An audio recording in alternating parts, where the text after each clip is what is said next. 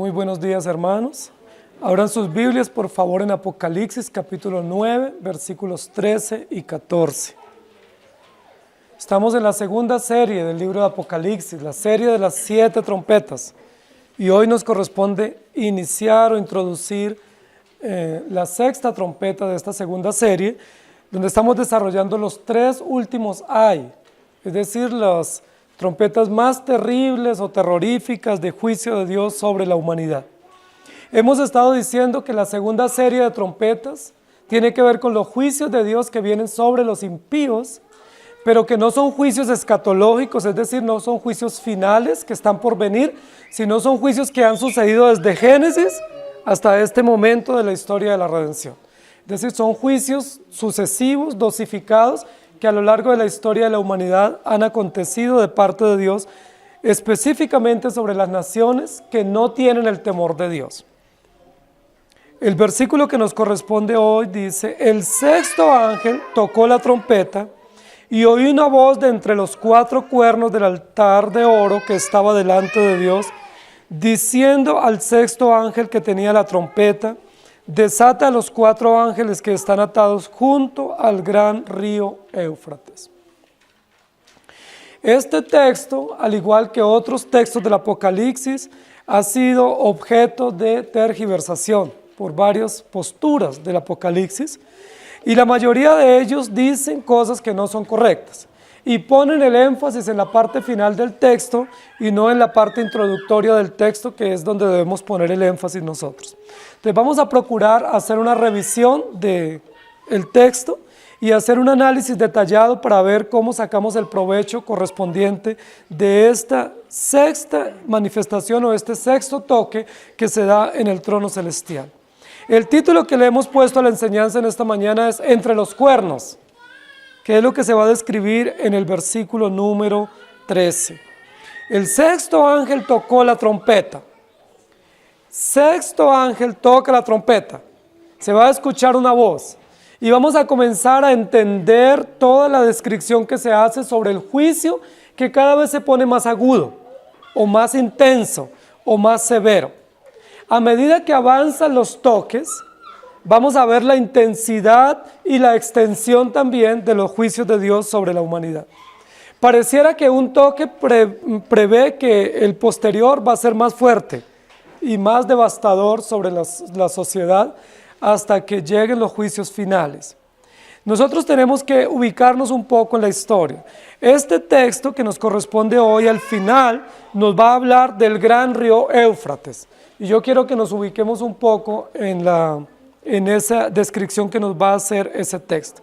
El gran río Éufrates tiene varias razones de importancia en la Escritura y quiero que la revisemos. La primera razón de importancia de este río Éufrates o de la ubicación de este lugar tiene que ver con el Edén.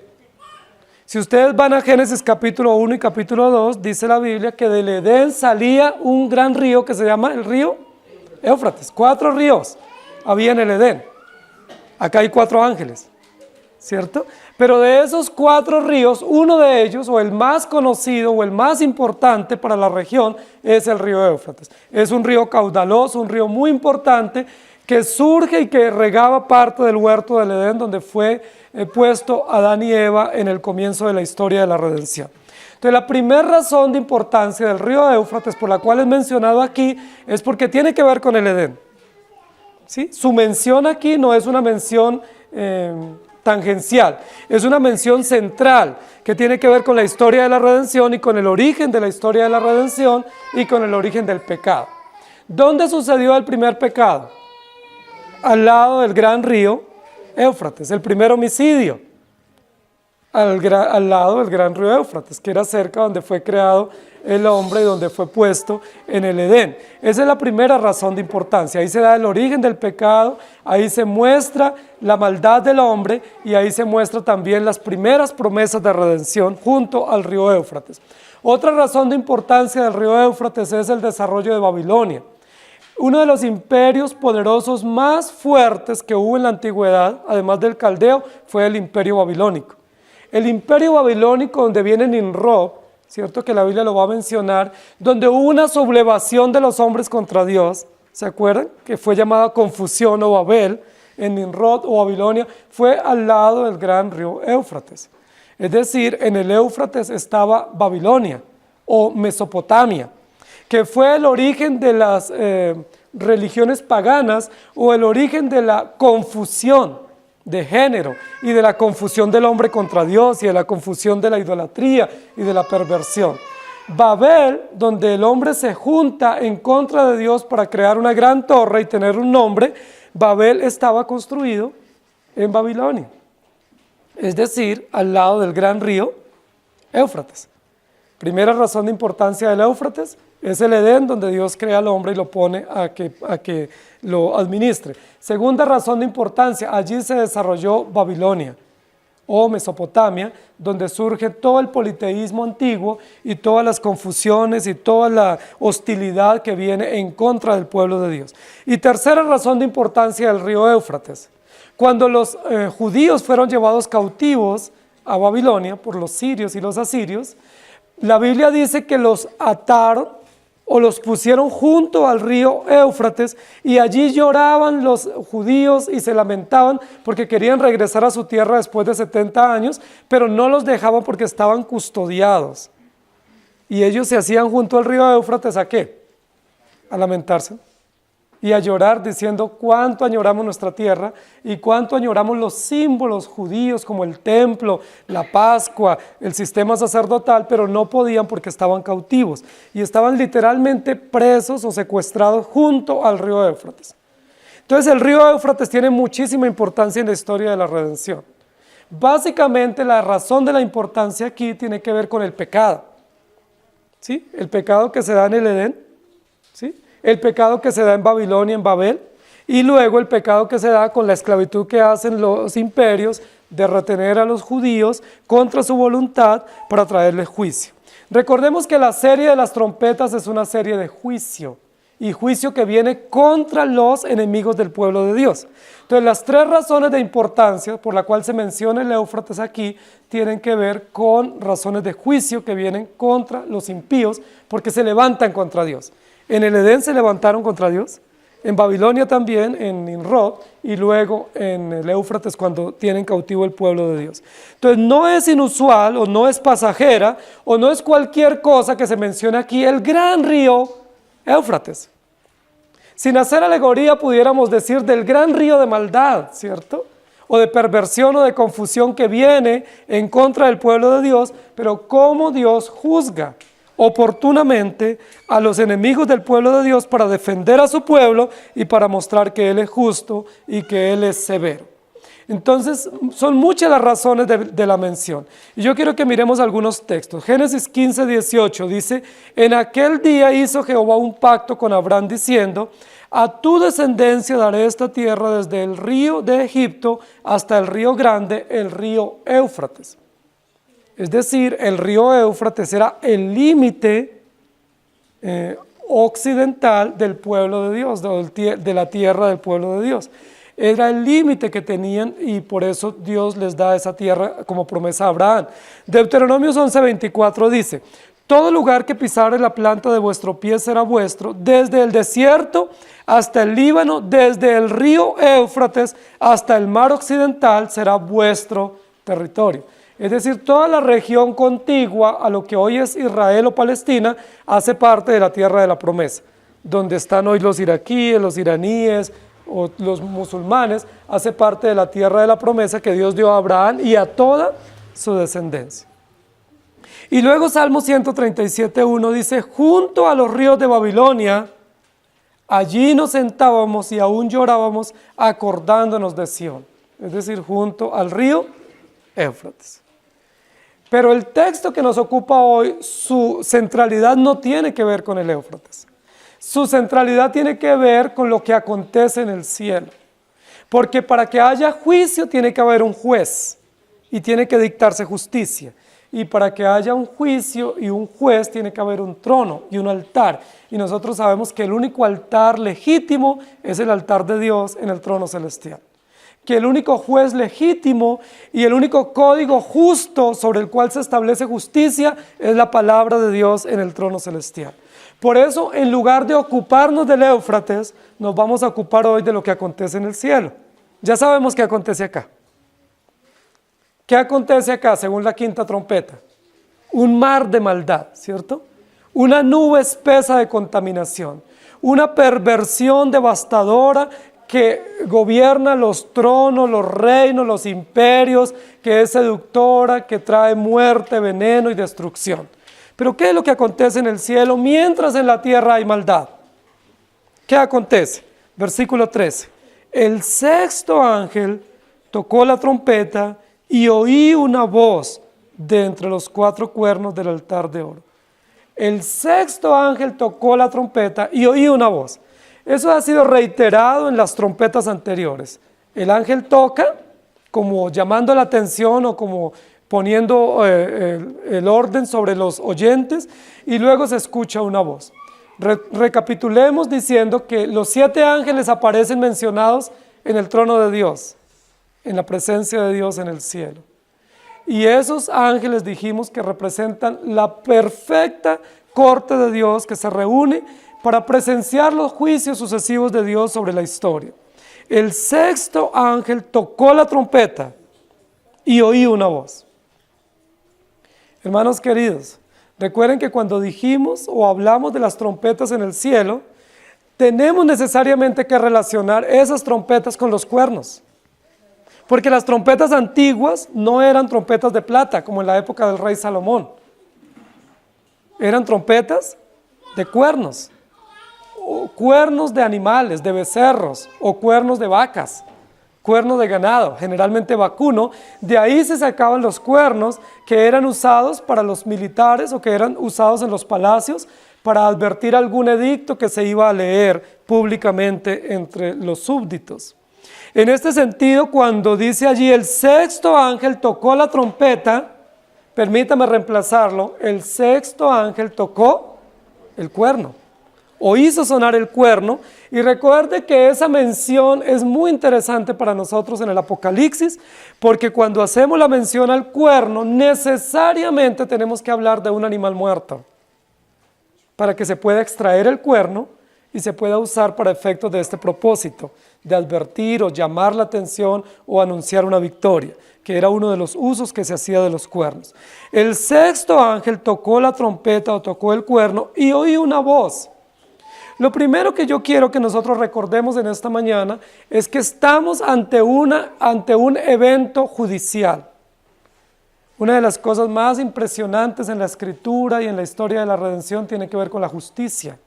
Y hoy vamos a ver todo ese evento nuevamente en el cielo, cómo se establece o se dictamina justicia en el cielo, y se hace a través de un ángel, un emisario, un mensajero, que hace parte de la corte judicial de Dios. Ese ángel toca la trompeta o anuncia o advierte que se va a dar a conocer un edicto. Recuerden que los reyes poderosos tenían ángeles o tenían soldados que tenían trompetas en sus manos, y cuando se iban a dar edictos o resoluciones, esos mensajeros o esos soldados tocaban la trompeta para llamar la atención a los soldados o al público y escucharan el edicto. Era la forma como se anunciaba. Entonces estamos justo ante esa mención. El sexto ángel tocó la trompeta y oí una voz. ¿Dónde está Juan? En una visión. Se le ha dicho en el capítulo 4, sube acá y presencia lo que está sucediendo en el cielo. ¿Qué acontece en el cielo? Está el trono de Dios, 7 ángeles le rodean con trompetas en esta ocasión, y se escucha el toque de la trompeta y Juan percibe la voz y oí una voz. Y yo quiero que recordemos nuevamente, hermanos queridos, que esto no es metafórico. Juan no dice, oí como una voz. Siempre que él hace la mención a la voz de Dios, es claramente perceptible la voz y claramente sabe quién es el que está hablando y de dónde sale la voz. Eso es importante. Recuerden que en el capítulo 1 dice, escuché como un estruendo y volteé a ver qué era lo que sucedía. Pero en este capítulo no dice, escuché como sino oí claramente, nítidamente, audiblemente una voz. ¿De quién puede ser la única voz clara, nítida y contundente que Juan el apóstol puede percibir? Las otras voces realmente no son voces, son murmullos, son tumultos, son algarabías. Las voces del mundo y las voces del pecado, las voces del mal, son tumultuosas, son confusas, son perversas, que nosotros ni siquiera logramos descifrar. Y Juan ya lo ha dicho en otras oportunidades, se escuchaba como un tumulto, era como un ruido, como muchos carros, ¿cierto? Como muchos caballos que van a la guerra, metáforas, ¿cómo? Pero en esta oportunidad dice, oí una voz. La puede definir, puede percibir, puede identificar que es una voz de una persona o de un ser, no es un ruido, no es un tumulto, no es un bullicio, es una voz. Ya ustedes saben quién está hablando, ¿cierto? Recuerden que en las primeras 5 trompetas, quien ha emitido su voz no es un ángel, sino es Cristo mismo, el Cordero Vencedor, que emite su voz judicial, su voz potente de autoridad, diciendo qué es lo que va a hacer con los impíos y cómo los va a juzgar. Es decir, la voz que Juan escucha aquí es la voz del juez. ¿Quién es el único juez perfecto y verdadero? Jesucristo, el único que venció la muerte, el que tiene las llaves. Oí una voz. El ángel es un servidor, es un mensajero de Dios. Y la voz que se escucha es la voz de Jesucristo, es la voz del juez. Hermanos queridos, se requiere un juez para que haya un juicio. Y se requiere una ley para que haya justicia. En este caso está el juez presente, está en el trono, está rodeado de una corte angelical que legitiman todo lo que él va a hacer y que son testigos presenciales de lo que él va a advertir. Este ángel en su turno, en su orden, toca la trompeta como diciendo silencio. Va a hablar el juez, va a hablar el que tiene poder, el que tiene autoridad y el que puede dictaminar justamente lo que va a acontecer con todo ese mal de perversión, con todas esas langostas y escorpiones que se arrastran en la tierra y que quieren dañar la obra de Dios pero no pueden, y que quisieran afectar a los que están sellados pero es imposible.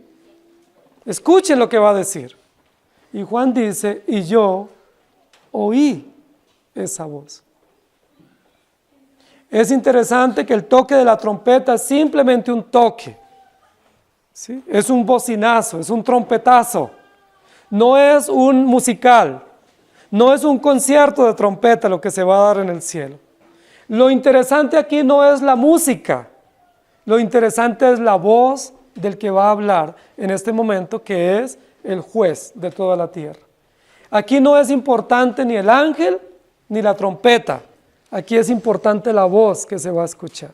Y por eso solamente se escucha un trompetazo y se escucha inmediatamente la voz del que va a hablar. Oí una voz que ordena, una voz que dictamina, una voz que no llama al orden solamente, sino que va a establecer justicia sobre la tierra. Este ángel anuncia, y anuncia en medio de una realidad que la sociedad está viviendo y es una realidad de maldad. ¿Es probable que los impíos escuchen esta trompeta? Ellos están en una confusión de maldad, son depredadores como la langosta, caminan impetuosos como los caballos, se envenenan unos a otros como un escorpión. ¿Será que escucharán la voz potente desde el cielo de Jesucristo el Cordero Vencedor? ¿Será que a ellos les interesa esa voz? El único que hasta este momento puede escuchar la voz es Juan. Dice, y oí la voz en el momento, en la hora exacta, en el día programado, oí la voz del que hablaba. Queridos hermanos, aquí nosotros estamos ante una realidad que se va a dar, que es muy importante. Yo quiero que revisemos Apocalipsis capítulo 7, versículo 1 y 2. Después de esto vi a 4 ángeles en pie sobre los 4 ángulos de la tierra, que tenían los 4 vientos de la tierra para que no soplase viento alguno sobre la tierra, ni sobre el mar, ni sobre ningún árbol. Vi también a otro ángel que subía de donde sale el sol y tenía el sello del Dios vivo y clamó a gran voz a los 4 ángeles a quienes se les había dado el poder de hacer daño a la tierra y al mar. Recuerden que Apocalipsis capítulo 7, ya no lo analizamos, dice había 4 ángeles en las 4 esquinas de la tierra. Y en medio de esos 4 ángeles sube un ángel del oriente y emite una voz potente y poderosa. ¿Recuerdan? Ahora estamos ante una realidad similar. 4 ángeles junto al Éufrates, que representan las 4 esquinas del Edén o las 4 esquinas de la creación o los 4 ángulos de la tierra. Y otro ángel que emite una voz. ¿No será un cuadro parecido al que vimos en el capítulo 7? ¿No será que estamos ante el mismo escenario con otros elementos adicionales? Puede ser que son otros 4 esquinas y otros 4 ángeles distintos. O por el contrario, el mismo escenario que Juan está viendo.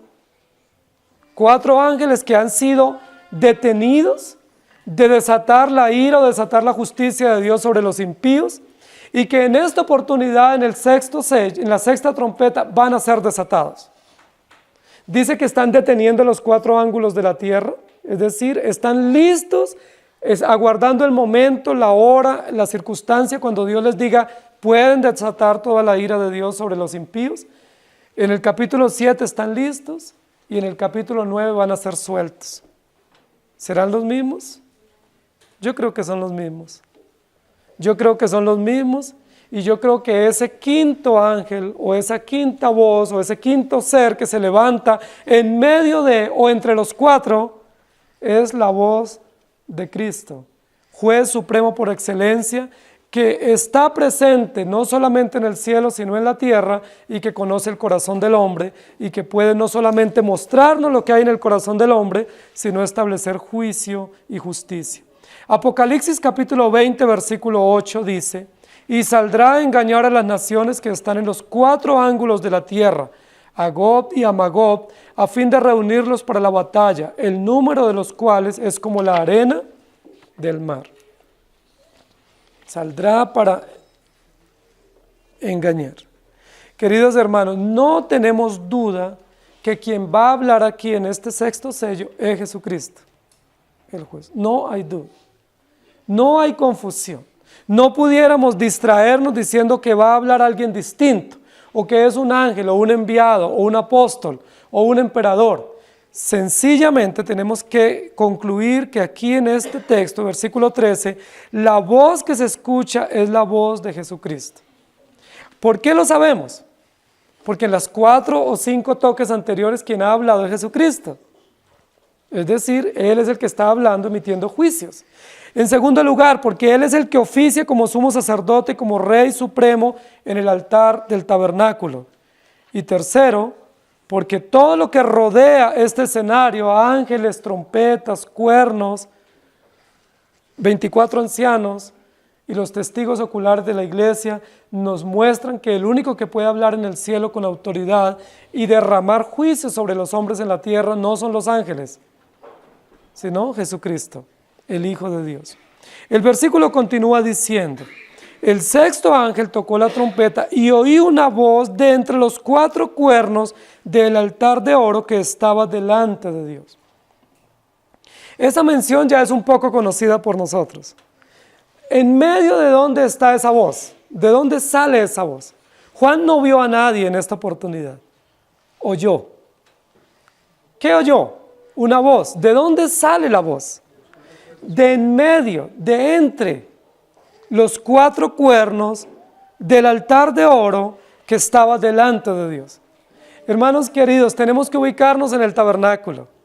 Mentalmente ubiquémonos nuevamente en el tabernáculo. Tenía 3 lugares principales: el atrio, el lugar santo y el lugar santísimo. En los 3 lugares había altares. En el atrio estaba el altar del sacrificio, que era de bronce. ¿Y qué tenía en las 4 esquinas? 4 cuernos de bronce. 4 cuernos de bronce. ¿Para qué servían esos 4 cuernos de bronce? para atar los animales que iban a ser degollados, para sujetarlos. ¿Para qué más servían esos 4 cuernos? Para que si alguien iba a estar perseguido, porque había cometido una muerte accidental y lo perseguían, él debía ir y agarrarse a los 4 cuernos o a uno de los cuernos del altar y de esa manera hallar justicia. Pero también servían esos cuernos para ungir a los que iban a ser consagrados. Junto a esos cuernos los ungían. 4 cuernos de bronce en el altar del sacrificio. El altar del sacrificio donde el cordero era puesto y donde Jesucristo era tipificado derramando su sangre para el perdón de los pecados. Luego entramos al lugar santo. Vamos a encontrar otro altar, el altar del incienso. Ese altar era de oro, madera de acacia recubierto de oro puro. En ese altar en las 4 esquinas tenía 4 cuernos también. 4 cuernos. ¿Para qué servía ese altar? Para que quemara el incienso el sacerdote que representaba las oraciones de los creyentes. Las oraciones de los justos eran representadas en ese lugar segundo, el lugar santo, a través del altar del incienso y del oficio del sacerdote quemando el incienso. Allí se presentaban las oraciones de los creyentes. ¿Recuerdan? Recuerden que el sumo sacerdote o el sacerdote cuando iba a presentar el incienso tomaba brasas del primer altar y con esas brasas quemaba el incienso en el segundo altar. Interesante eso. El primer altar representa la justicia de Cristo. El segundo altar, la realeza de Cristo, mostrándonos su gloria a través del perdón de los pecados y a través del oficio de la justificación aplicada por la obra de Jesucristo. Estamos ante el segundo lugar del tabernáculo. Dice, la voz se escuchó de entre los 4 cuernos del altar. Había cuernos en el altar del sacrificio, cuernos en el altar del incienso. Pero aquí dice claramente que era del altar de oro. Es decir, ¿de cuál altar? Del altar del incienso. Estamos en el lugar santo. Y en el lugar santo estaban los creyentes clamando. ¿Se acuerda por qué clamaban los creyentes? Por justicia, porque debajo del altar estaban representadas las almas de los que habían sido muertos injustamente por parte de quienes, de los emperadores, de los reyes y de los antagónicos al reino de Dios. Es muy interesante que debajo del altar están los muertos representados en el 5º sello y ahora en la 6ª trompeta los creyentes estén representados en el lugar santo, orando a Dios y ese juez dictaminando justicia. Lo que vamos a encontrar aquí es la respuesta de Dios a las oraciones de los justos. Los justos en el 5º sello nunca clamaron por dinero, nunca clamaron por salud, nunca clamaron por prosperidad, por tener mucho bienestar y estabilidad económica. Había una sola petición que los creyentes en el 5º sello elevaban delante de Dios. Esa única petición era, Señor, ¿hasta cuándo? ¿Hasta cuándo no nos hará justicia? Y no vengarás la sangre de aquellos que han muerto injustamente. ¿Hasta cuándo, Señor? Era la oración por justicia ante un juez justo y santo. Las oraciones que subían del altar y que eran aceptas delante de Dios no eran las oraciones por bienes materiales, por salud o prosperidad. Eran oraciones clamando justicia al sumo juez.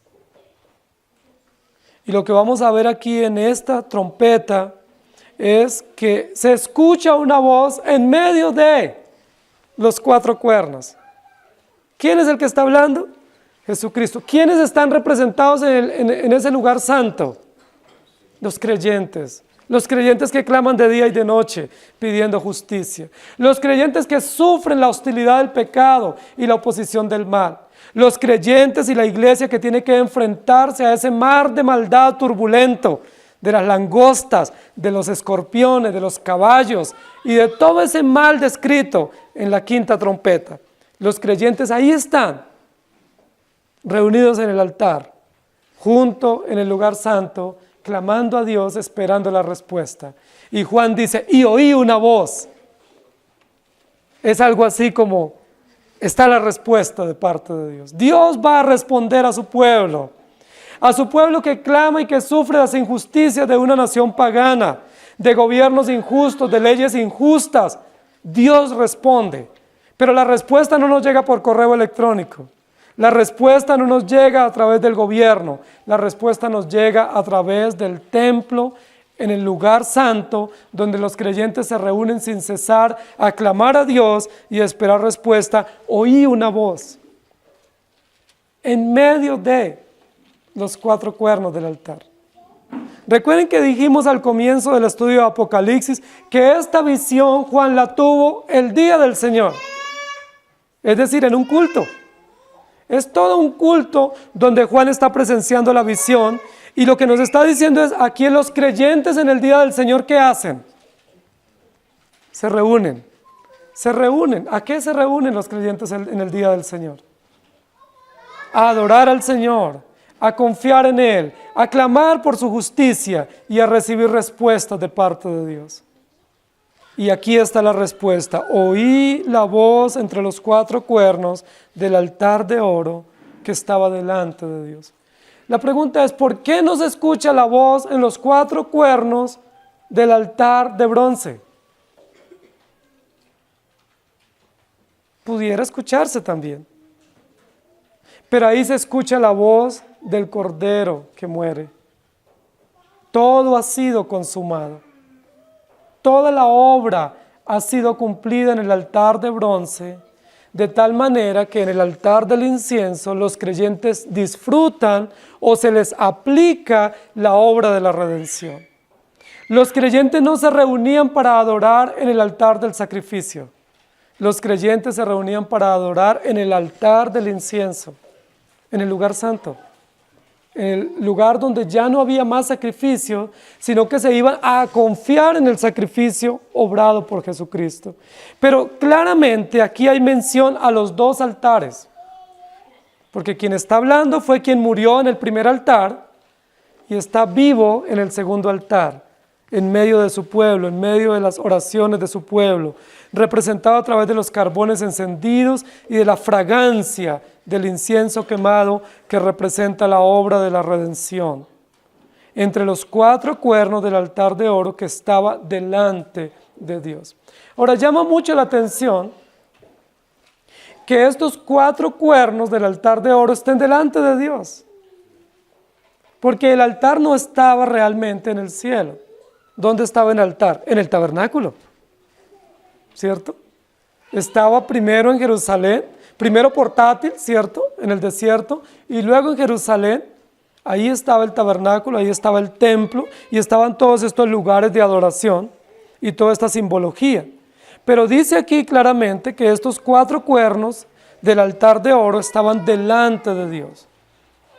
Jesucristo está en el cielo, sentado en el trono de Dios, pero su iglesia está presente en el cielo a través de los 24 ancianos, y toda la oración de los creyentes de todos los tiempos sube a la presencia de Dios, de tal manera que cuando Dios habla, está en medio de su pueblo. Y yo quiero que notemos eso. Los 4 ángeles que tienen las 4 esquinas representan el gobierno de Cristo sobre todo el mundo. Pero los 4 cuernos del altar que están delante de Dios representan cómo Cristo está en medio de su pueblo. En medio de su pueblo que se reúne para adorar en el lugar dispuesto para la adoración. Me llama mucho la atención, queridos hermanos, esta mención, porque pudiera no mencionarse, sencillamente decir, se oyó una voz en el altar de oro. ¿Por qué es importante la mención de los 4 cuernos? ¿Por qué esa mención es única en Apocalipsis hasta ahora y es tan importante? Porque los cuernos representan las trompetas, es decir, los anuncios públicos de juicio que vienen sobre la humanidad. Pero los 4 cuernos representan de manera más perfecta aquí en este capítulo la salvación aplicada, la justicia aplicada que viene a los creyentes a través de la obra perfecta de Jesucristo. Recuerden que los primeros 4 cuernos son de bronce, que significa la obra perfecta de la redención, y los 4 cuernos del altar del incienso son de oro, que representan la gloria de la redención. ¿Sí? la victoria de la redención. Nosotros no hicimos nada, pero Cristo lo hizo todo en el altar del sacrificio, y ahora en el altar del incienso, ¿qué hacemos los creyentes? Disfrutamos, nos gozamos en aquello que Él ya hizo y que es perfecto y glorioso. Los cuernos aquí representan también la obra de la expiación. Ustedes se acuerdan que había una ceremonia que Dios había instituido que consistía en llevar 2 machos cabríos. Esa ceremonia era exclusiva para la expiación. 2 machos cabríos, y los 2 machos cabríos tenían cuernos. ¿Se acuerdan? Porque los machos cabríos tienen cuernos. Y esos 2 machos cabríos eran llevados al sacerdote. Dice la Biblia que sobre uno el sacerdote ponía la mano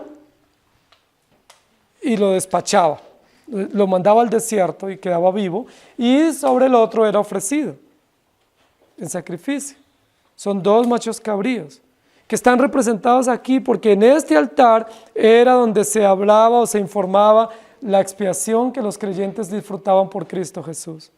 Los 4 cuernos tienen una finalidad muy importante, mostrarnos aquí algo extraordinario. Ahora llama la atención que haya 4 cuernos, 4 esquinas del altar y 4 ángulos de la tierra. La tierra es redonda. ¿Por qué tiene 4 esquinas? Si es redonda. ¿Por qué es representada como un cuadrilátero, siendo que es un círculo? La Biblia lo describe como tal y sabemos también por la ciencia que es así. Pero siendo que la tierra es redonda o que la tierra es un globo, es representada aquí en la Escritura como un altar, no solamente porque es así de esa manera como la Biblia nos lo presenta, sino para dar legitimidad al altar donde gobierna y donde el juez dicta justicia. ¿Ustedes han visto alguna vez un tribunal redondo? Donde un juez dicte justicia que sea un círculo. ¿Cierto que no? Siempre vamos a ver el juez al frente, su mesa o su escritorio, y luego atrás, al frente de él, los acusados, los defensores y el público. Pero nunca es un círculo. Aquí se nos está representando cómo es el altar de Dios y cómo Él, como juez, dicta justicia de forma legítima. Es decir, hay una distancia entre Él y su creación, hay una distancia entre el santo y los pecadores, y hay una distancia entre el juez y aquellos que son acusados. Y esa distancia se muestra claramente a través de este altar de oro que está delante de Dios, es decir, en el cielo, pero el juicio viene sobre los que están en la tierra, que han obrado terriblemente contra Dios. La Biblia dice en Levíticos 8:15, y lo degolló, y Moisés tomó la sangre, y puso con su dedo sobre los cuernos del altar alrededor, y purificó el altar, y echó la demás sangre al pie del altar, y lo santificó para reconciliar sobre él. Y en Apocalipsis 8:3 dice, otro ángel vino entonces y se paró ante el altar con un incensario de oro, y se le dio mucho incienso para añadirlo a las oraciones de todos los santos sobre el altar de oro que estaba delante del trono. ¿Qué es lo más importante entonces de la sexta trompeta? Que hay un trono, y ese trono celestial, que hay un ser que emite una voz judicial de sentencia severa, que es Jesucristo, el juez por excelencia, y que hay un acto de justicia que se tiene que regular o se tiene que establecer a través del carácter de Cristo y de la ley perfecta de Dios. Como el hombre ha violado la ley de Dios, tiene que hacerse justicia. Y la justicia la tiene que hacer Dios mismo, y por eso Él está en medio de los 4 cuernos del altar de oro. A mí me llama mucho la atención, querida iglesia, que este juez y este juicio se establezca junto al altar de oro, en medio de los 4 cuernos. No dice al lado, no dice detrás, dice entre, o en medio, o dentro de. Es decir, ¿qué es lo que se va a legitimar aquí en este acto de justicia? ¿O cuál es la base para la justicia? El carácter de Dios representado a través del altar del sacrificio, es decir, a través de la redención. No hay justicia si no hay juez. Y no hay juicio si no hay una norma, una ley. Y esa ley fue satisfecha plenamente por Jesucristo. Es decir, que los impíos no ignoren el Evangelio. Porque aunque no se arrepientan, la base del juicio para ellos es la redención que Dios nos ha otorgado a nosotros. Ellos han despreciado al Redentor y la redención, y eso vendrá para ellos y contra ellos como el juicio severo. El juicio, algunos dicen que en Apocalipsis hay 2 tipos de juicios y 2 tronos, que Dios va a tener un trono para juzgar a los creyentes y otro trono para juzgar a los incrédulos. ¿Puede ser eso cierto? Algunos dicen eso. Algunos dicen que hay 2 actos judiciales distintos para 2 pueblos distintos. No, señores, hay solo un juez y solo una ley perfecta y solo un altar legítimo sobre el cual se dictará justicia. Y basados en este texto podemos decir lo siguiente: los incrédulos no vienen a Cristo porque no les gusta Cristo, no les gusta la ley, les parece aburrida la iglesia, les parece aburrido el Evangelio, lo desprecian y lo pisotean, pero un día tendrán que comparecer. ¿Y dónde tendrán que estar? Al lado del altar que despreciaron durante toda su vida, y al lado del juez que despreciaron durante toda su vida, y en medio de los símbolos que despreciaron y pisotearon, tendrán que comparecer. Ustedes saben que muchos movimientos hoy en día terriblemente perversos toman símbolos cristianos para pisotearlos, para deshonrarlos, y para ellos es objeto de burla. Y no les pasa nada, por supuesto, en el momento. Muchos de ellos toman el arco iris, ¿cierto? Que está representado en la Escritura como una señal de juicio para pisotearlo. Y muchos otros toman la Escritura y la pisotean. Toman los símbolos como la cruz u otros símbolos cristianos y se burlan, los ignoran. ¿Pero qué dice la Escritura? Tendrán que comparecer. Un día tendrán que llegar. Y ese lugar estará lleno de todos los símbolos cristianos que ellos pisotearon. Estará lleno de todas las creencias que ellos negaron. Y quien estará sentado en medio del trono será aquel Señor a quien ellos ignoraron.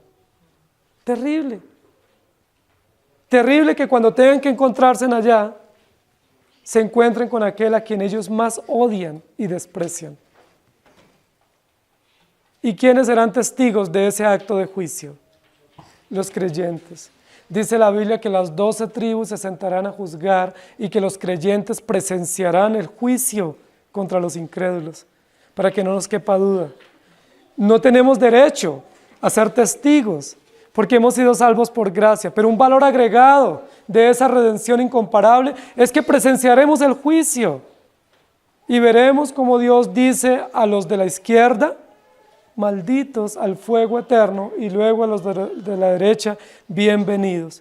El 6º ángel tocó la trompeta y oí una voz de entre los 4 cuernos del altar de oro que estaba delante de Dios. Alguien diría: bueno, si estamos en el templo, en el lugar santo, si está en medio del altar del incienso donde se elevan las oraciones de los justos, y está Cristo como sumo sacerdote allí hablando o representado a través de la voz, pues el mensaje es solo para los creyentes.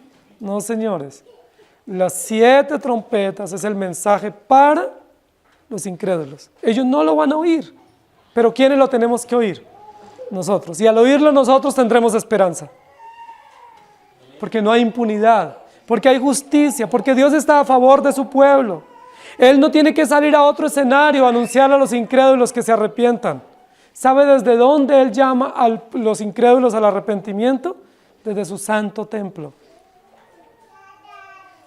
Desde su santo templo, Él llama a los incrédulos a que se arrepientan. Si no se arrepienten, tendrán que comparecer en su santo templo para recibir la sentencia judicial final. Juez y justicia juntos, representados a través de este acto cúltico, este acto litúrgico en la presencia del Señor. Esto que nosotros estamos viendo es terrible, hermanos. Aquí la Biblia no nos dice a los creyentes que salgamos a hacer una marcha a la plaza central. a contender contra los antagónicos del Evangelio, o a desafiarlos con consignas, o a provocarlos con acciones nuestras, religiosas. Aquí lo que nos dice es que nos reunamos en su templo, escuchemos su palabra y presenciemos la justicia que Dios trae para ellos. Y como Dios trae justicia para ellos, ¿nosotros qué debemos hacer? Señor, ten misericordia de ellos y predicarles el Evangelio. La Biblia nunca nos ordena acciones provocadoras contra los incrédulos. La Biblia no nos permite acciones de contrarrestar el pecado, sino presentar el Evangelio y vivir junto al Señor. El versículo continúa diciendo, al sexto ángel que tenía la trompeta, desata a los 4 ángeles que están atados junto al gran río Éufrates. El sexto ángel toca la trompeta, se escucha la voz del juez que está en el altar del incienso, es decir, es esperanza para los creyentes. Esta trompeta es una gran esperanza para los creyentes, los que se congregan a escuchar el mensaje y a ver que Dios sí responde a sus oraciones. Ahí está el Cordero respondiendo a los creyentes, pero no dándoles dinero, sino respondiéndoles con justicia. Ustedes pidieron justicia, yo soy el juez, les voy a hacer justicia. Pero la justicia que les voy a hacer es traer juicio sobre los impíos. Porque a veces nosotros pedimos otras acciones de justicia, como que nos beneficien a nosotros. Pero no es esa la justicia que Dios va a obrar. La justicia no es para beneficio propio, sino para la gloria de Dios, trayendo el juicio sobre los incrédulos. Y eso es lo que va a suceder a partir del versículo 14. Desata a los 4 ángeles que están atados junto al gran río Éufrates. Queridos hermanos, miren lo interesante que va a suceder. 4 ángulos en el altar del incienso, 4 cuernos representando la obra perfecta de Cristo y la expiación para los creyentes, la esperanza que tenemos los salvos en Cristo. Pero esos 4 cuernos también son signo inequívoco de la justicia que Él trae sobre los incrédulos. Ahora desata a los 4 ángeles que están atados junto al gran río Éufrates. Apocalipsis capítulo 7 dice 4 ángeles que estaban deteniendo los 4 vientos de la tierra. Aquí dice que están atados junto al río Éufrates. Hace una pequeña variación en la mención, pero esencialmente lo que nos está diciendo es lo mismo. Son muchas las personas que van a decirnos lo siguiente: estos 4 ángeles son 4 demonios de destrucción. Son 4 demonios, diablos, sí, anticristos que hacen mal y que ahora van a venir con todo su ímpetu, su furia, a traer destrucción contra los creyentes. La mayoría de los que leen estos textos dicen que los 4 ángeles aquí son 4 demonios que Dios los suelta durante la gran tribulación para que ataquen a la iglesia y maten más creyentes. Si eso es así, ¿habría alguna esperanza para nosotros? ¿Habría algún consuelo que Dios nos diga, prepárense porque les voy a soltar 4 fieras más terribles que los acaben? Por supuesto que no. Primero, nunca eso ha sucedido en el templo de Dios, que anuncie juicio contra su pueblo que se reúne a adorarle y que han sido redimidos por gracia. En segundo lugar, la Biblia aquí no está diciendo que tiene 4 demonios controlando la tierra, sino 4 ángeles. La palabra aquí es ángel, mensajero, enviado de Dios, un ser celestial, gobernado por Dios, que se somete a la soberanía de Dios y que está listo para cumplir los propósitos de Dios, no los propósitos de Satanás. Entonces aquí no está haciendo mención a 4 demonios, por supuesto, no lo es. Aquí está haciendo mención a 4 enviados de Dios, mensajeros de Dios, que cumplen los propósitos de Dios para su propia gloria. Y dice que están atados junto al río Éufrates, y recuerden que dijimos que el Éufrates era el límite entre el pueblo de Dios y luego los imperios dominantes. Y recuerden que dijimos que el Éufrates fue el lugar donde los creyentes fueron ofendidos o lastimados o torturados. Por eso es un acto de justicia a favor de los creyentes. Estos 4 ángeles van a establecer juicio a favor de los creyentes, no contra los creyentes. Porque en el capítulo 7 dice que estaban atados y no se les daba el permiso de cumplir su labor destructiva porque no habían sido sellados los 144,000. Y en el capítulo 9 dice que ya fueron sellados y que están a salvo. Y las 5 trompetas anteriores son contra los impíos o contra los que no son sellados, y esta sexta también. Entonces son 4 ángeles puestos por Dios para el momento oportuno, cuando se les dé la orden de cumplir la labor de juicio contra los impíos. Queridos hermanos, aquí no está hablando de destrucción para los creyentes. No hay ninguna condenación para aquellos que están en Cristo Jesús. Los creyentes, debido a nuestros pecados, sufrimos las consecuencias de nuestros pecados. Disciplina correctiva, restaurativa. Pero es la disciplina de un padre para un hijo, que es llena de amor, de bondad y de misericordia.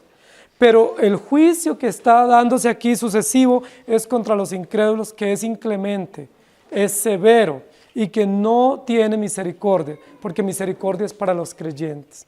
Para los incrédulos es juicio solamente. Desata a los 4 ángeles que están atados junto al gran río Éufrates. Recuerden, queridos hermanos, que la mayoría de personas que estudian el Apocalipsis solamente ven diablos y demonios en Apocalipsis. Por eso tienen pesadillas. Y ven a Satanás obrando de principio a fin contra la iglesia siendo diezmada y los creyentes siendo torturados. Pero lo que nosotros hemos visto de principio a fin en Apocalipsis es a Cristo gobernando. ¿Por qué están atados estos ángeles? Porque ellos se someten a Dios. Porque ellos tienen que someterse a Dios. Y los versículos siguientes van a hablar del día, momento, el lugar oportuno en el cual son sueltos. Es decir, Dios sigue siendo soberano sobre su corte celestial, soberano sobre su iglesia y soberano también sobre y contra los impíos que obran contra el plan del Señor. Están atados, listos para el gran momento en el cual tendrán que ejecutar el juicio de Dios. Yo les pregunto, hermanos queridos, si a Satanás y a los incrédulos los juzgan los demonios, ¿eso tiene sentido? No es lo mismo que dijeron que Jesús dijo, Satanás no puede echar fuera a Satanás. ¿Se acuerdan cuando lo acusaron de que él liberaba a los poseídos por Belcebú? Dice, y una casa dividida no puede permanecer. El hombre fuerte no es atado por sus mismos súbditos. Y Satanás no puede echar fuera a Satanás. El mal no puede ser juzgado por el mismo mal. Satanás y todos los gobernantes que promueven el mal no pueden ser juzgados por el mismo mal. Ellos son víctimas de su propio mal, pero son juzgados por Dios a través de los mensajeros que Dios envía. Entonces, decir aquí que son 4 demonios que van a matar los impíos, pues eso no tiene sentido. Pero si decimos lo que la Biblia dice, que son 4 mensajeros de Dios, ángeles, enviados desde el cielo para ejecutar el juicio de Dios sobre los incrédulos, eso sí tiene sentido, porque es la luz contra las tinieblas, la santidad contra la perversión, y es la justicia contra la injusticia. Entonces, de esa manera, nosotros podemos entender acá, diciendo, esto es lo que la voz que escucha Juan dice, al 6.º ángel que tenía la trompeta, desata a los 4 ángeles que están atados junto al gran río Éufrates. Ahora, no estaban atados en el sentido de que estuvieran amordazados, o que estuvieran, como dicen algunos, en un depósito de maldad, o en una caverna, o que estuvieran encadenados. ¿Se puede encadenar un ángel, que es un ser espiritual? ¿Se le pueden poner grillos y cadenas y ponerlo en el cepo? No, lo que está diciendo es, estaban detenidos, estaban listos, pero no podían actuar hasta no recibir la orden de actuar. Y a mí me llama mucho la atención, queridos hermanos, porque aquí vemos juez, justicia y juicio juntos para este propósito sublime. Pero me llama mucho la atención ver la soberanía de Dios. que no la podemos perder de vista en soberanía de Dios en el universo entero, en defensa de su pueblo y en juicio contra los impíos. Pero también vemos algo muy interesante y es la sujeción de los ángeles a Dios. Los ángeles se sujetan a Dios. ¿Por qué? Porque Dios es soberano, es Rey, Señor. Y si los ángeles se sujetan y aún Jesucristo como Hijo de Dios se sujetó al Padre, ¿por qué a nosotros nos cuesta tanto o nos es casi imposible sujetarnos a la voluntad de Dios? El impío, pues Dios lo entregó para ese fin. Pero ¿por qué a nosotros nos cuesta tanto sujetarnos a la ley de Dios? Aún los ángeles se sujetan. Están atados, es decir, no puedo hacer nada que no se me ordene. No puedo tomar ni una acción que no tenga el permiso para hacerla. ¿Recuerdan lo que le sucedió a Saúl cuando hizo alguito más que no tenía el permiso de hacer? ¿Recuerdan? O Usa cuando hizo algo muy sencillo como sostener el arca, que tampoco tenía el permiso de hacer. Hermanos, esto es serio. Es muy serio lo que dice la Escritura. Si los ángeles se sujetan, están atados, es decir, quietos, inmovilizados, paralizados. ¿Por qué? Porque no pueden actuar fuera de la orden. No pueden anticiparse en la orden. Si ellos se anticipan, están en rebelión. ¿Quién es el que da la voz? ¿Quién da la orden? Jesucristo, nuestro Dios, el juez por excelencia. Él es el único que puede abrir la sesión. Es el único que puede intervenir legítimamente y los demás simplemente ejecutan. Están atados junto, como soldados listos para actuar, como militares listos para intervenir, pero aguardando la voz de su capitán, de Cristo, el juez, el rey, el cordero por excelencia. Desata a los 4 ángeles que están atados junto al gran río Éufrates. Otra de las menciones del río Éufrates por la cual es importante en este versículo acá, es porque en la época en la cual Juan está escribiendo, había un límite entre el Imperio Romano y los partos, o los partianos, que era otro imperio militar muy fuerte. Y ese era el límite. Si se cruzaba el límite, estaban amenazados los romanos, ¿sí? Y tenían temor. Recuerden que cuando se escribe el libro de Apocalipsis, estaban bajo el Imperio Romano, y esa mención al Éufrates, que servía como límite entre estos 2 imperios en el momento histórico, es importante, porque los partos habían amenazado de muerte a los romanos, y podían con todo su armamento y con sus militares atacarlos, con sus caballos, pero Dios había dicho que iba a guardar al Imperio Romano mientras cumplía el propósito. ¿Cuál era el propósito? La extensión del reino de Dios. Por eso están ahí. Esa mención histórica del momento era importante para Juan y para todos los creyentes, porque Dios aún en medio de la oposición está guardando este imperio. Es probable que muchos de nosotros veamos nuestra nación con malos ojos y veamos nuestra nación como una nación muy en contra de Dios, y por supuesto sus acciones lo son, pero esta nación está gobernada ¿por quién? Por Dios. Está gobernada por nuestro Dios. Esta nación, sus gobernantes, sus políticas están dirigidas por Dios para un propósito. Y en medio de esta nación que hay tanto pecado, Dios guarda su iglesia, guarda a sus hijos, y también hace que los impíos se desenfrenen en su maldad para que sufran mayor condenación. Por eso todo este acto es en medio de los 4 cuernos, que juzgan al impío severamente, pero que le dan esperanza al creyente. En medio de los 4 cuernos que atestiguan que Cristo murió y ellos lo despreciaron. Pero en medio de los 4 cuernos que atestiguan que Cristo murió y nos redimió por gracia. Que fuimos acogidos abrazándonos a esos cuernos para tener esperanza. Por eso tenemos esa confianza. Deuteronomios 1:7 dice: volveos e id al monte del Amorreo y a todas sus comarcas, en el Arabá, en el monte, en los valles de Neguev, y junto a la costa del mar, a la tierra del Cananeo y al Líbano, hasta el gran río, el río Éufrates. Queridos hermanos, Nosotros no conocemos los tiempos por los cuales estamos pasando. Y la Biblia dice que tampoco nos es dado conocer los tiempos. Es muy común escuchar personas que dicen, no, es que el Señor ahora sí va a venir. Ahora sí está cerca. Mire, está cerca desde que Él lo prometió, hace 2000 años. ¿Cuánto tarde? No sabemos. Seguirá cerca el día de su venida. Pero muchos dicen, va a ser en esta generación, algunos ponen fechas. Muchas sectas han puesto fechas, muchos protestantes han puesto fechas, porque ellos dicen, ahora sí es, y no ha sucedido. Porque no nos corresponde a nosotros interpretar los tiempos. No nos corresponde interpretar los movimientos de las épocas y las culturas, porque eso es potestad de nuestro Dios. ¿Qué nos corresponde a nosotros? Reunirnos en su templo, junto a los cuernos del altar, abrazar esos cuernos, adorar a nuestro Dios, reclamar su justicia y pedir misericordia para los impíos y confiar en nuestro Dios.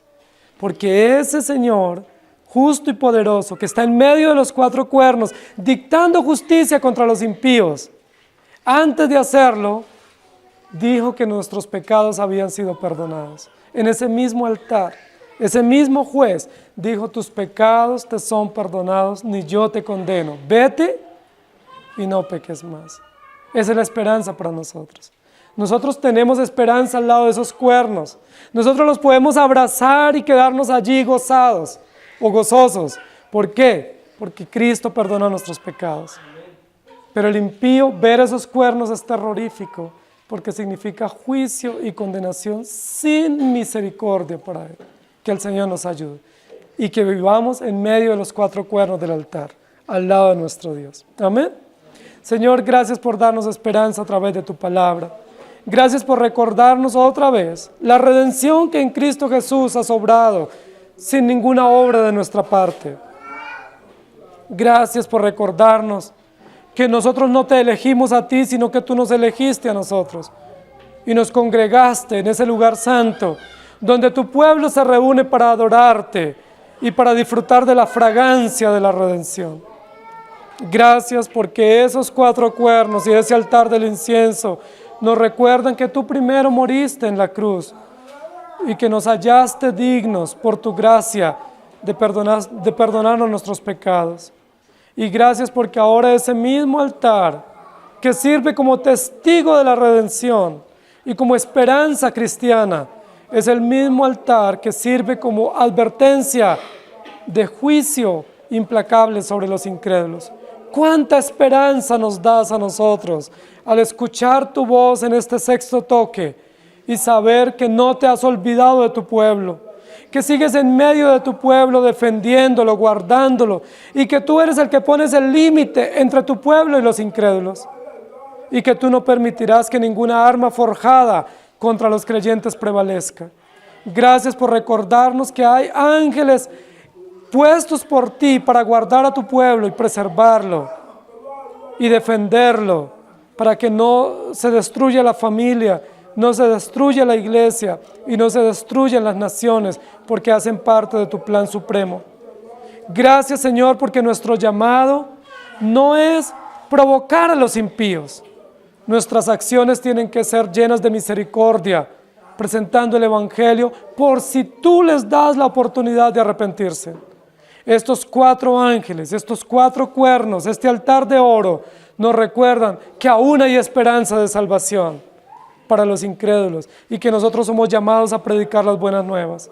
Ayúdanos a entender estas tareas y a cumplirlas con diligencia, en el nombre de nuestro buen Dios. Amén. Señor les bendiga, hermanos.